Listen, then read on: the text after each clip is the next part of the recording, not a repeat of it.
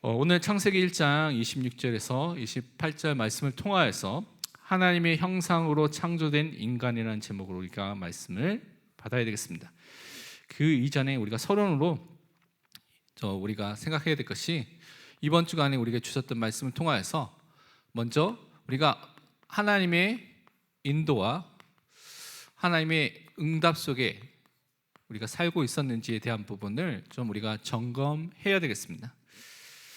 다른 말로 이번 한 주 여러분의 시작과 마침이 어떻게 시작되었고 어떻게 맞춰졌습니까? 우리 하루의 시작이 또 우리 하루의 그 마지막이 하나님의 말씀 속에 시작이 되고요, 또 그 말씀을 붙잡고 기도하는 것으로 여러분의 하루가 마무리되는 것이 사실은 우리가 응답받는 중요한 길이 됩니다. 그래서 그것이 신앙생활을 하는 것이죠. 우리 삶 속에서 계속적인 신앙생활을 살아나가는 것입니다.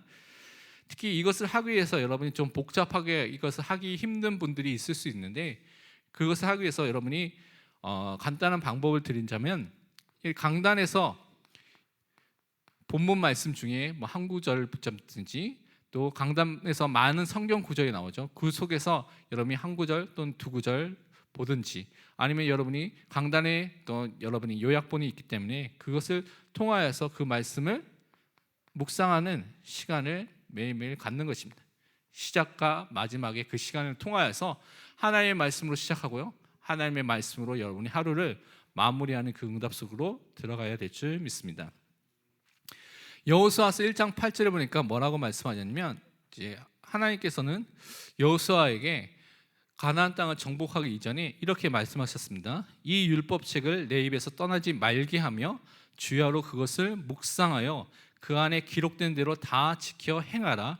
그리하면 내 길이 평탄하게 될 것이며 내가 형통하리라.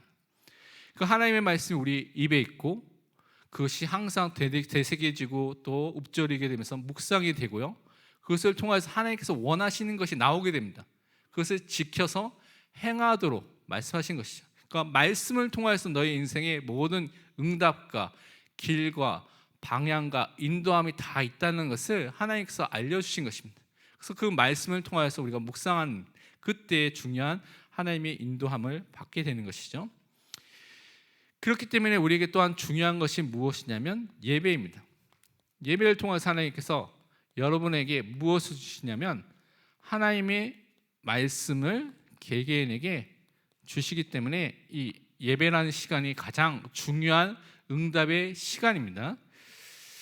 우리는요, 이 예배를 통하여서 다른 사람을 보는 것이 아니라 이것이 그렇고 목사님 오늘 넥타이 이상하네 그런 거 보는 게 아니라, 이사야서 40장 8절의 말씀처럼 풀은 시들고 꽃은 또 다 시들어 버리는 것이죠. 풀은 마르고 꽃은 시들어 버리는 것이죠. 근데 우리 하나님의 말씀이 어떻게 해요? 영원히 서리라. 영원한 것을 붙잡는 시간을 갖는 것입니다. 영원한 응답 속으로 들어가는, 하나님이 원하시는 그 영원한 것이 나의 것이 되는 응답 속으로 들어가는 것이 이 예배의 시간입니다. 그래서 사실은 예배를 통해서 하나님의 말씀에 최고로 집중해야 되죠. 그런데 이제 제가 예전에 부교육자로 있었을 때 뒤에서 예배를 드리면서 다 사람들 쫙 이렇게 살펴보면, 어느 이제 다른 교회에 있었을 때 보면 예배에 집중해서 예배를 드리는 분도 있는데, 어떤 분은 딱 핸드폰을 켜가지고 시사를 딱 보시는, 시사 경제를 딱 보시는 분도 있고요. 우리 랩런트들 보니까 랩런트 중에는 딱 손을 막 빠르게 올리더라고요. 뭐가 올라가나 했더니 막 피드가 올라가죠. 여러 인스타그램 여러 가지 그런 그 동영상 그런 것들이 쫙 올라가서 그걸 한참 보고 있더라고요. 그러니까 예배에 집중하지 못하는 상태 속에 있는 사람들이 많이 있습니다. 사단이 제일 좋아하겠죠. 예배에만 집중하면, 예배를 통해서 주시는 하나님의 말씀만 받으면 그 인생이 하나님이 원하시는 그 자리와 그 승리의 축복을 누리게 될 텐데, 그러지 못하도록 계속해서 공격하고 유혹하고 속이게 되는 것입니다. 그래서 예배의 시간을 통해서 지금 하나님이 살아계셔서 역사하시고 말씀을 주시고 그 말씀을 분명히 이루시는데, 그렇기 때문에 우리는 예배를 통해서 하나님의 말씀에 집중하는 것입니다. 목사님의 말에 집중하는 것이 아니라, 제가 간혹 가다가 예화를 들지만 그 예화가 재미있으라고 든 것이 아니라 그것을 통하여서 하나님의 말씀을 붙잡으려고 그 말씀에 집중하라고 주는 것입니다. 그래서 말씀을 여러분이 붙잡는 것이 사는 길이고 응답받는 길이 되는 것을 항상 기억하시길 바랍니다. 그것을 통해서 우리는요, 다른 것이 아니라 하나님만을 신뢰하고 하나님만을 의지하는 그 믿음의 사람으로 서는 것입니다. 이사야서 12장 2절에 보니까 뭐라고 말씀하셨냐면, 보라, 하나님은 나의 구원이시라. 내가 신뢰하고 두려움이 없으리니 주 여호와는 나의 힘이시며 나의 노래시며 나의 구원이심이라고 말하고 있습니다. 그러니까 하나님께서 나의 구원이 되신데 내가 신뢰할 때 그 안에 있으면 두려움도 없고요, 나의 힘과 노래와 구원이 되신 그 하나님을 통해서 우리가 승리할 수밖에 없는 응답을 우리에게 분명히 주신다고 분명히 말씀하셨습니다. 그래서 우리는 이 응답을 누리는 거, 하나님의 인도와 응답 속에 있어야 되는데, 이것을 하기 위해서 하나님께 무엇을 하냐면 우리가 하나님께 기도할 수 있는 축복을 받은 것입니다. 그래서 기도할 수밖에 없는 그 하나님의 자녀로서, 또 동시에 우리가 전도자로서 이 땅에 계속해서 사는 응답을 하나님께서 우리에게 주신 것입니다. 사실은 우리 인생을 통하여서 우리는요, 우리가 해결할 수 없는 이 근본 문제, 이 문제를 영원히 완전히 단번에 해결을 받았습니다. 예수 그리스도의 십자가를 통하여서 우리의 과거와 현재와 미래의 모든 죄 문제를 영원한 속죄를 받은 것이죠. 또한 예수 그리스도를 통해서 하나님을 만날 수 없었던 우리가 하나님을 알게 되고 하나님을 만나게 되고 하나님을 누리게 되는 그 축복을 받게 된 것입니다. 또한 우리는 예수 그리스도를 통하여서 사단의 권세를 이기신 그리스도를 통하여서 모든 흑암과 사단의 권세를 이길 수밖에 없는 응답의 사람으로, 승리의 사람으로 서게 된 것입니다. 그래서 근본 문제를 완전히 해결하신 이 예수 그리스도를 믿고 어떻게 우리가 그 믿음을 통하여서 하나님의 자녀, 예수 그리스도를 영접함으로써 하나님의 자녀가 되는, 하늘나라 백성이 되는 그 축복을 받게 된 것을 항상 누리는 것이죠. 기도를 통해서 확인하고 우리가 항상 누리는 것입니다. 그것을 통해서 우리는요, 전능하시고 전지하신 그 하나님을 믿을 때 우리가 그 하나님께 기도할 수 있습니다. 그 하나님께 바울은요, 무릎을 꿇고 기도한다고 이렇게 고백을 하고 있죠. 왜냐, 그분이 우리의 모든 것을 만드신 창조주라는 것을 진짜 믿었기 때문에 그분 앞에 무릎을 꿇고 기도한다고 말하고 있습니다. 여러분, 언제 무릎을 꿇고 기도를 해보셨나요? 요즘 편하죠. 우리는 이렇게 앉아서 이제 기도를 할 수 있는데, 옛날에 우리 어렸을 때, 제 어렸을 때, 그리고 어른들 중에는 젊었을 때, 그때 교회는 이런 의자가 없었습니다. 마룻바닥이었죠. 그래서 방석을 쭉 깔고, 그래서 기도할 때 그 방석을 깔고 무릎을 꿇고 기도하면서 했던 그런 기억이 나는데요. 뭐 지금 그렇다고 해서 뭐 무릎을 꿇고 기도하는 말은 아니고, 여러분 그만큼 전능하시고 살아계신 그 하나님은 진짜 믿는 믿음 가지고 간절하게 하나님의 앞에 서서 기도할 수 있는 그 기도의 사람이 되어야 될 줄 믿습니다.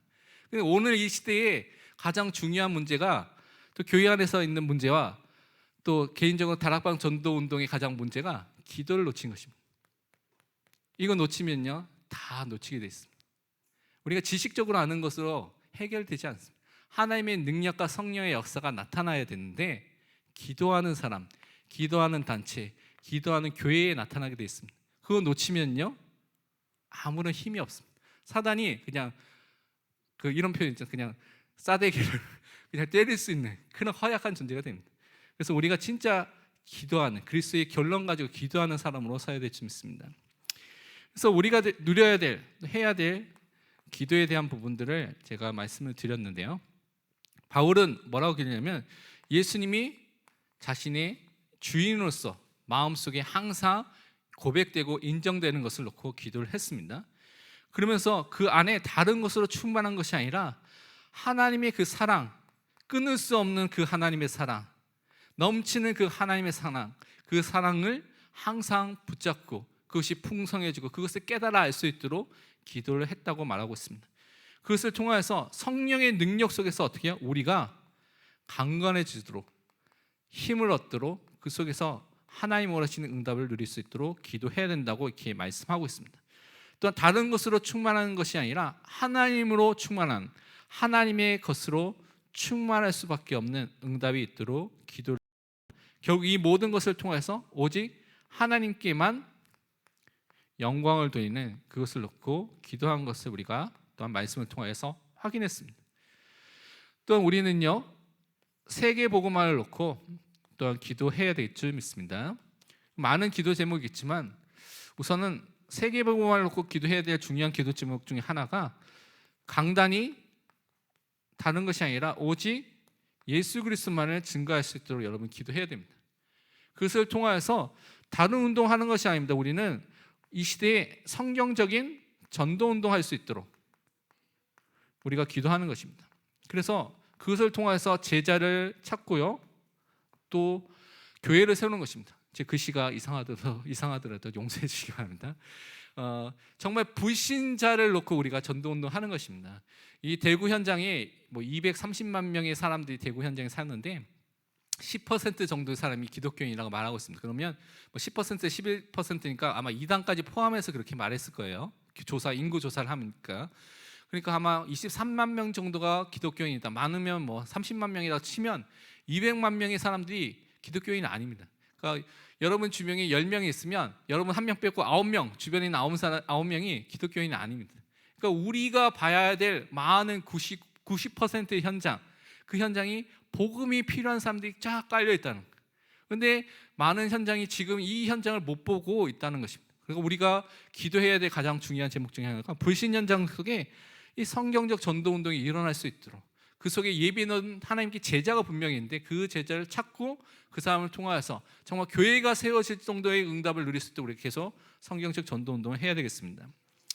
그러면서 여기다 쓰겠습니다. 우리가 성경적 치유를 할 수 있는 응답을 또한 누려야 되겠습니다. 왜냐하면 이 시대에는 너무나 마음과 생각과 욕심과 많은 부분에 이게 병들어 있는 분들이 너무나 많이 있습니다. 이 사람들을 살려야 되는데, 그렇기 때문에 요즘에 TV에서 많이 하는 것이 어린아이들, 어른들 프로그램 중에 유명한 박사님이 나와서 하는 프로그램도 있잖아요. 왜냐하면 그들이 지금 마음과 생각에 병들어 있는 사람이 너무나 많기 때문에 그만큼 치유가 필요하다는 것을 보여주고 있습니다. 그런데 사실 가장 근원적인 치유와 가장 근본적인 치유는 복음으로 그들을 살려야 됩니다. 복음으로 살리지 않으면 사실은 일시방편적인 그런 치유가 될 수 있습니다. 그래서 우리는 복음으로 그들을 살릴 수 있는 성경적 치유 운동을 해야 되는 것입니다. 그것을 놓고 우리가 기도하고 그 시스템이 세워질 수 있도록 우리가 응답을 받아야 되겠습니다. 그러면서 또한 많은 엘리트들, 또 성공자들, 그들 중에서 방황하는 사람들이 많이 있습니다. 그들을 살릴 수 있는 답도 복음 속에 있기 때문에 우리는 세상 서밋을 살리고요, 성공자를 살리는 그 응답의 또 축복 속으로 우리가 들어가야 되겠습니다. 그러면서 이 모든 것을 다 할 수 있는 가장 중요한 키가 있는데, 그것이 무엇이냐면 렘넌트입니다. 후대입니다.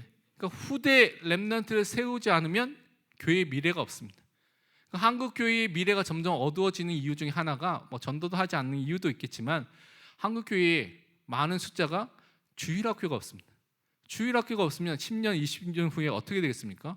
주일학교에서 있는 아이들이 커서 어린이 돼서 그 교회를 중요한 중직자가 되고 일을 해야 되는데, 그 어린아이들이 없으면 어떻게 되겠습니까? 10년, 20년 후에 한국 교회는 절반 이상이 다 그냥 저절로 문을 닫게 되어 있습니다. 그러니까 심각한 위기 속에 있습니다.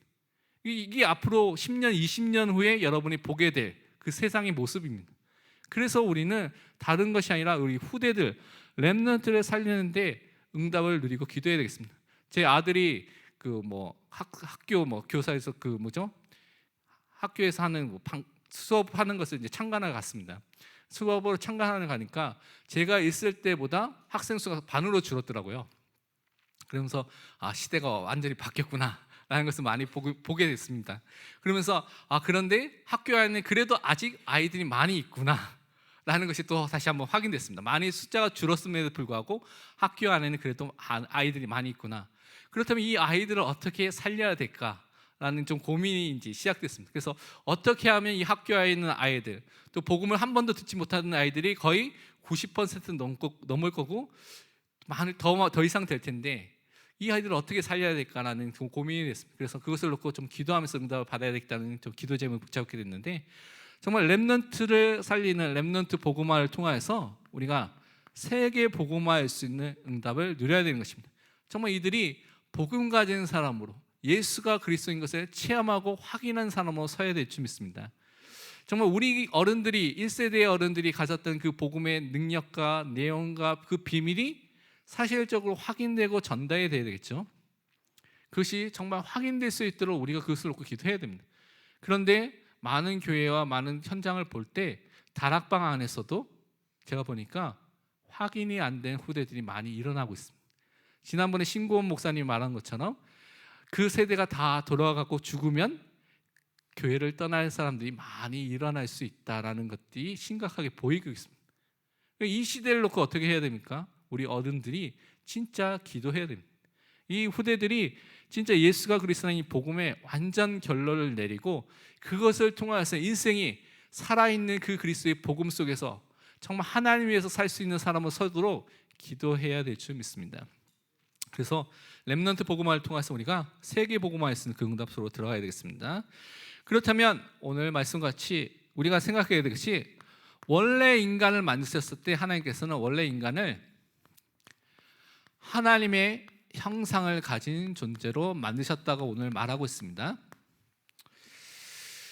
그래서 이것은 여러 가지 신학적으로 보면 여러 가지 의미가 있고 여러 가지 다양한 게 있습니다. 근데 이제 다양한 걸 얘기하려 보면 시간도 많이 걸리고 또 신학교 수업이 아니기 때문에 핵심적인 부분에서 가장 중요한 것만 먼저 말씀드리면, 하나님의 형상에는 첫 번째로 뭐가 있냐면 하나님께서 원래 우리에게 주셨던 것이 있습니다. 그것이 원래의, 원의라고 말하는 오리지널 라이처스니스라고 말하는 원래 주셨던 참된 의가 우리에게 있었다는 것이죠. 창세기 1장 26절 27절에 보면 하나님이 이르시되 우리 형상을 따라 우리의 모양대로 우리가 사람을 만들고 그대로 바다의 물고기와 하늘의 새와 각 축과 온 땅과 땅에 기는 모든 것을 다스리게 하자 하시고, 하나님이 자기 형상 곧 하나님의 형상대로 사람을 창조하시되 남자와 여자를 창조하시고, 그러니까 남자 여자가 모두가 하나님의 형상으로 창조된 그 축복을 받은 존재인데, 그 하나님의 형상에는 많은 내용이 들어가 있지만 가장 중요한 것은 원래의 의가 있었습니다. 그건 무엇입니까? 골로새서 3장 10절 말씀을 보면 이렇게 말씀하고 있습니다.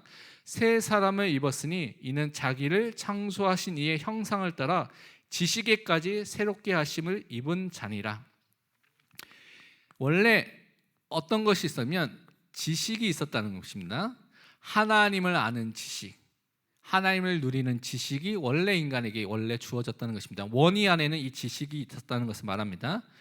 그리고 예배소서 4장 24절에 보니까 뭐라고 말씀하셨냐면 하나님을 따라 의와 진리의 거룩함으로 지으심을 받은 새 사람을 입으라 라고 말하고 있습니다.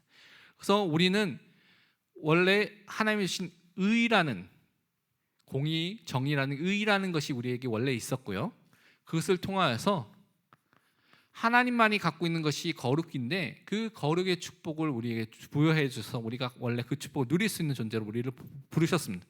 그래서 하나님이 원래의 의라는 하나님을 아는 지식과 의와 거룩이라는 축복을 통하여서 하나님과 교제할 수 있는 영적인 축복을 가진 영원히 있는 존재로 우리를 만드신 것이죠. 그래서 하나님과 함께 할 수 있고 하나님의 모든 것을 누릴 수 있는 존재로 만드신 것입니다. 그런데 이것으로 끝난 것이 아니라 성경을 잘 보면요, 우리 인간이 처음 인간을 만드셨을 때 삼중직의 기능과 그 축복을 우리에게도 주셨습니다. 이 신기하게 이 성경에서 이것을 설명하고 있죠.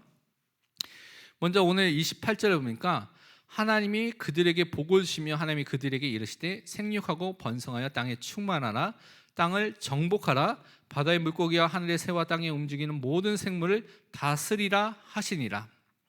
하나님께서 원래 인간에게 어떤 축복을 주시냐면 다스리고 정복할 수 있는 청지기적인 왕의 축복, 사명을 주셨습니다.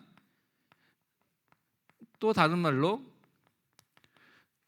대리적인 왕의 권세를 주신 것이죠. 그 축복을 주신 것이죠. 그래서 이미 인간에게는 이런 왕적인 사명이 주어진 존재인 것을 성경은 말하고 있습니다. 그 다음에 창세기 2장 15절의 말씀을 보니까요, 뭐라고 되어 있냐면 여호와 하나님이 그 사람을 이끌어 에덴 동산에 두어 그것을 경작하며 지키게 하시고 라고 말씀하고 있습니다. 에덴 동산을 경작하고 지키게 하는 일들을 인간에게 맡기신 것을 이렇게 말하고 있죠.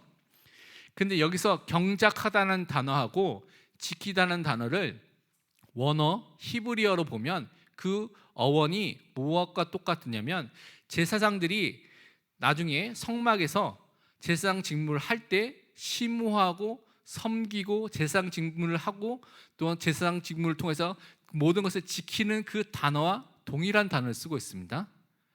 그래서 이 단어를 근원을 보면서 이 의미가 그냥 의미가 아니라 인간이 원래 제사장적 사명을 가지고 하나님께 예배드리는 에덴 동산이라는 이 현장을 경작하고 다스리고 지키는, 그래서 제사장적인 그 사명과 그 역할을 하도록 원래 만드셨구나라는 것이 이 안에 들어가 있는 단어입니다.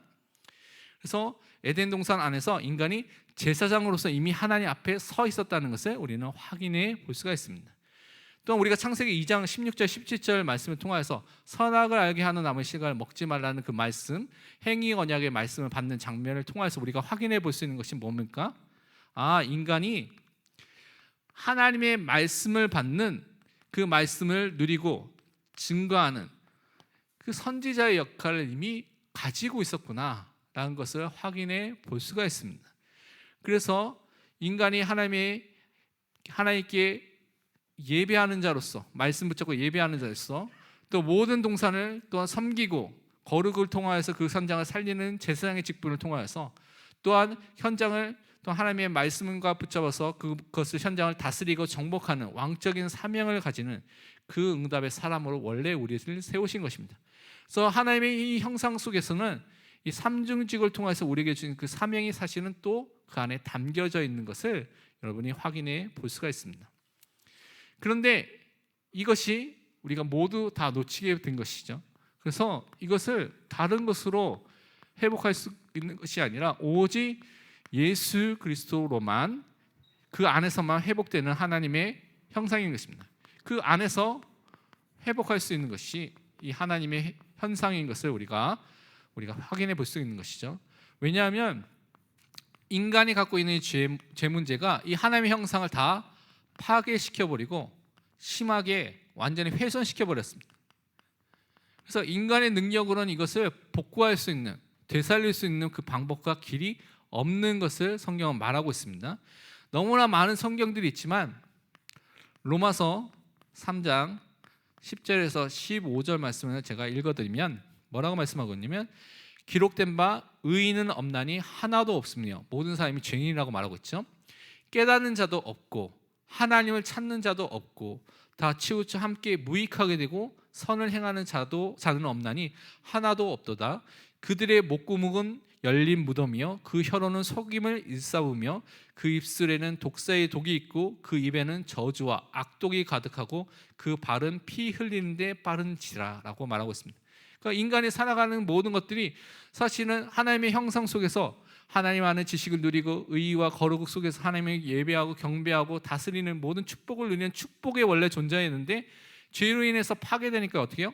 모든 것이 저주로 바뀌게 되고 모든 것이 완전히 재앙으로 바뀌게 되는 그 존재로 완전히 바뀌게 된 것을 성경은 증거하고 설명하고 있습니다.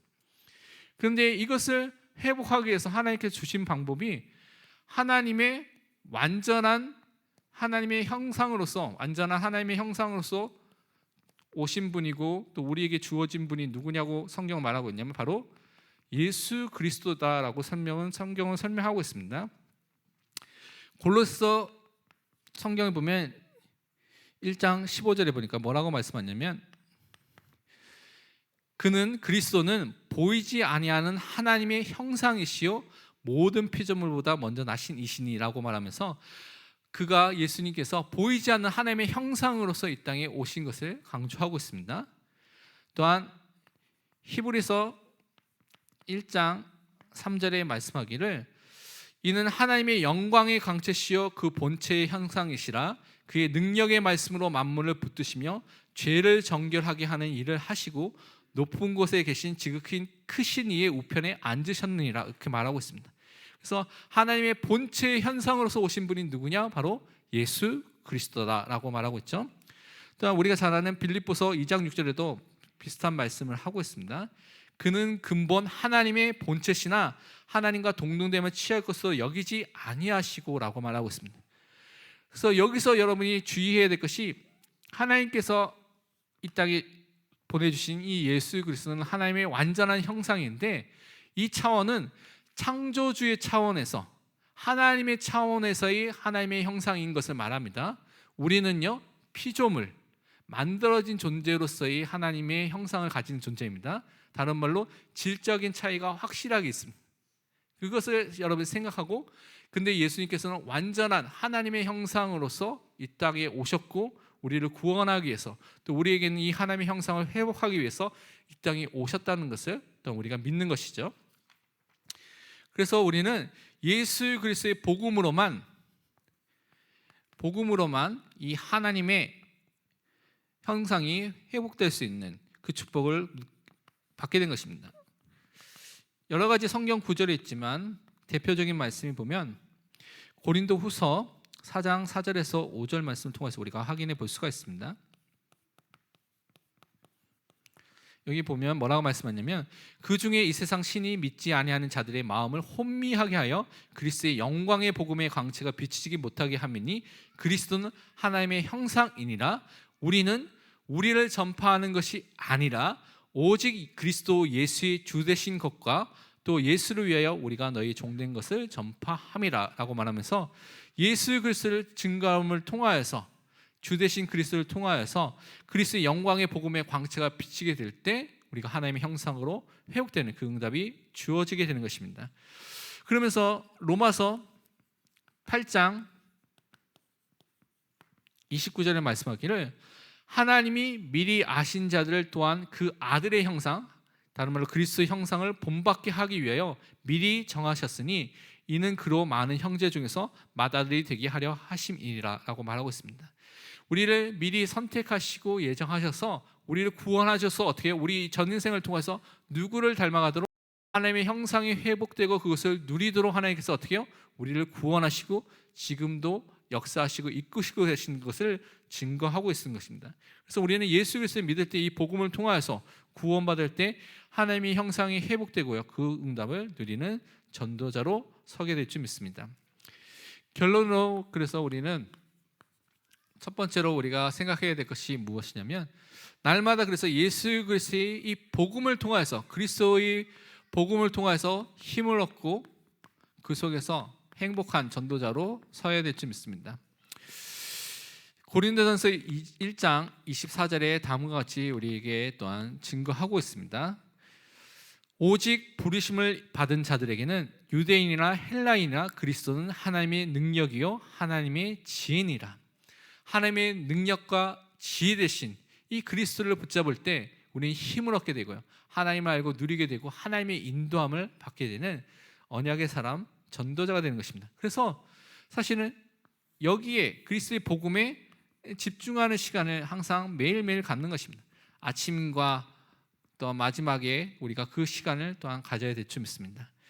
그러면서 우리 현장에, 나의 현장에 정말 전도 운동이 일어날 수 있도록, 또한 그것을 통하여 성경 운동이 일어날 수 있도록 우리가 기도를 시작해야 될 줄 믿습니다. 골로새서 4장 3절에는 다음과 같이 우리가 기도해야 될 것을 말하고 있습니다. 또 우리를 위하여 기도하되 하나님이 전도할 문을 우리에게 열어주사 그리스도의 비밀을 말하게 하시기를 구하라. 내가 이 일 때문에 매임을 당하였노라. 전도의 문이 열려서 그리스도의 비밀이 나타나도록, 증거되도록 우리가 기도해야 될 줄 믿습니다. 그리고 이렇게 기도하면 어떤 일이 일어나냐? 고린도 후서 2장 12절에 다음과 같이 말씀하고 있습니다.